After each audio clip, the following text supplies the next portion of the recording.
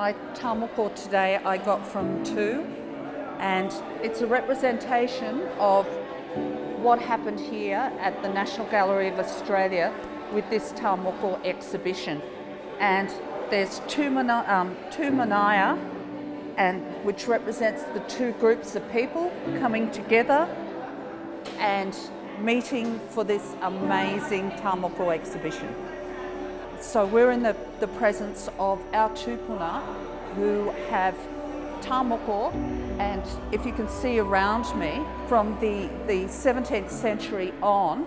And what's really exciting is that Tu, who did my tāmoko today, is the picture of him getting his tāmoko on his kanohi, on his face. Yeah. I've been in Canberra for the last 25 years, and I come to the NGA every few weeks to have a look at our taonga and to let them know that they have Māori here that think of them and look after them. So seeing something like this here today is the most incredible collection of our work, and we're just so grateful that it happened.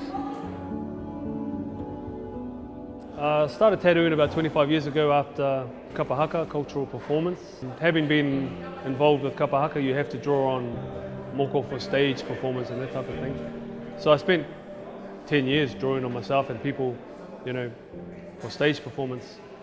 Until one of the bros came along one day and asked me to tattoo him with a homemade machine. So I tattooed him, made my own machine from there, and probably used that machine for about 5 years or so, before I was picked up by Mark Kōpua, tohunga from Tolaga Bay, Uawa, who took me under his wing and shared his knowledge with me about Moko, Kairo.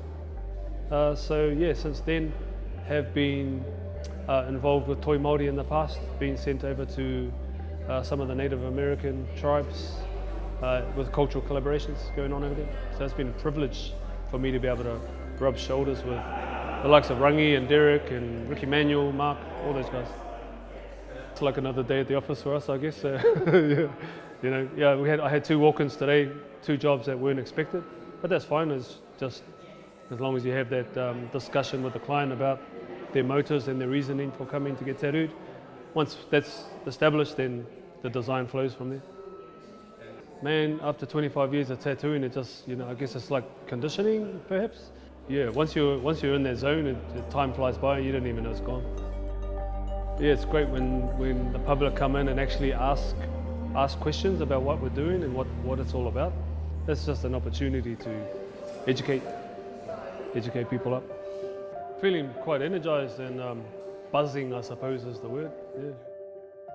There's support there for us, just our physical presence, our spiritual presence, the songs you hear in the background, there to help not only the practitioner and tāmoko, but for the actual person lying in front of that artist as well. And so it's creating a space of peace. It's calming all of that, because there are a number of things taking place here. Apart from all the talking, which really shouldn't be, we're trying to set a different tone within the room. So our brothers know that we're here physically. They can feel our presence here simply by the interaction between Māori and non-Māori. So it's forever connecting. We're here specifically, predominantly for the tāmoko exhibition, and with Te Ao Māori, there's a male and a female presence, and they can't go without each other. And so we add that femininity, that feminine essence, and we're there to help to settle them, as well as that person lying there receiving their taonga. Everything in our world is genealogy, whakapapa. So we're forever tied. Every living thing has a beginning, it has a Māori, a life essence, and we're all connected because we're all living things.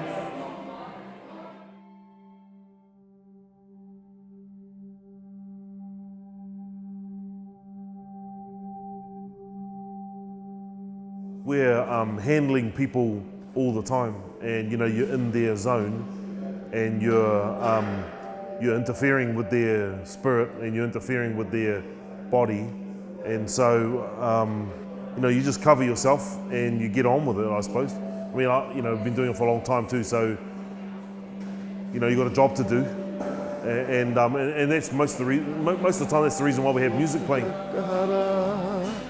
I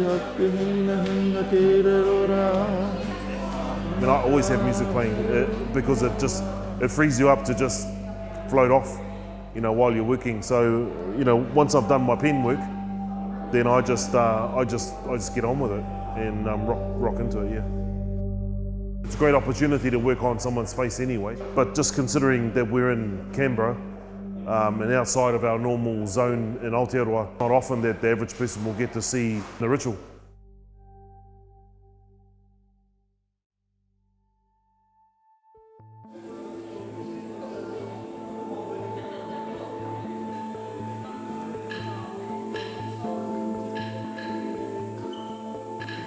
That pain transference works. Oh, it totally works. Yeah. And like half of the whakapapa is on that side. They're in there now. Yeah. So I've gone back three generations so far. Yeah. And you try and envisage it in your mind, so you're following the curves as he's going, and it's hard. It's hard to picture exactly how it'll look. Yeah. Follow it where you can feel it, hey? Yeah. I think last time, especially when they're doing around the ihu, is I could feel things in the sole of my feet. Your head and tip. Yeah. Like, Head and tip, just. yeah. Oh, he was amazing. I mean, I was really impressed. You know, because it's tough anyway physically, but it's something else again when you're in the public zone, you know, in the public sphere, and you can't control everything that's going on around you. So you got noise that's interfering. You got people's voices. You know, you've got you know, light issues, all that sort of stuff.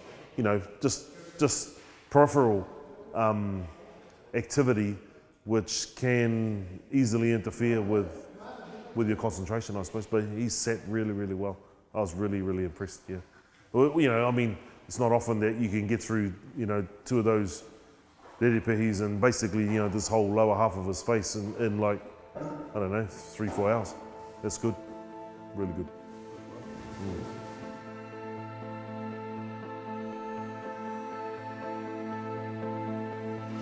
It's nice seeing someone, you know, to get further along.